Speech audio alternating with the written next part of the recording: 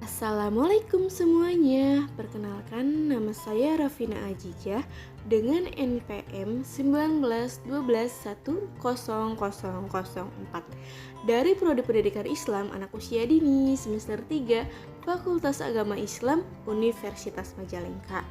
Saya membuat video ini untuk memenuhi salah satu tugas mata kuliah komunikasi efektif yang diampu oleh Ibu Maria Hidayanti MPD. Di sini saya akan membahas tentang jenis dan sifat komunikasi. Jenis dan sifat komunikasi. Yang pertama, komunikasi verbal dan nonverbal. Yang kedua, komunikasi interpersonal. Yang ketiga, komunikasi kelompok terbagi menjadi dua, yaitu kelompok kecil dan kelompok besar. Yang keempat, komunikasi massa. Yang kelima, komunikasi organisasi. Sebelum memperdalam materi tentang jenis dan sifat komunikasi, sebaiknya kita mengetahui apa itu komunikasi. Komunikasi adalah sebuah bagian penting yang tidak dapat dipisahkan dari kehidupan manusia sebagai makhluk sosial.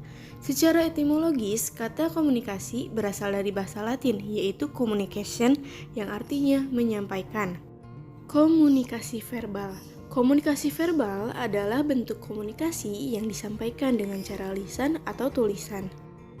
Komunikasi nonverbal. Komunikasi nonverbal adalah bentuk komunikasi yang disampaikan dalam bentuk simbol, isyarat, gerak tubuh, dan ekspresi wajah. Komunikasi interpersonal.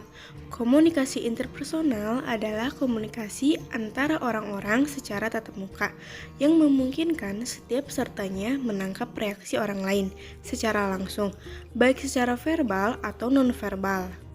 Komunikasi kelompok. Yang pertama, komunikasi kelompok kecil, yaitu komunikasi yang melibatkan sejumlah orang dalam interaksi satu dengan yang lain dalam suatu pertemuan yang bersifat berhadapan.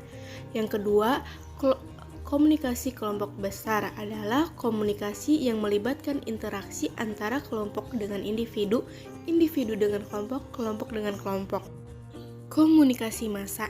Komunikasi massa adalah komunikasi yang menggunakan media sebagai alat atau sarana bantu. Biasanya menggunakan media elektronik seperti televisi, radio, surat kabar, majalah, dan lain-lain. Komunikasi organisasi.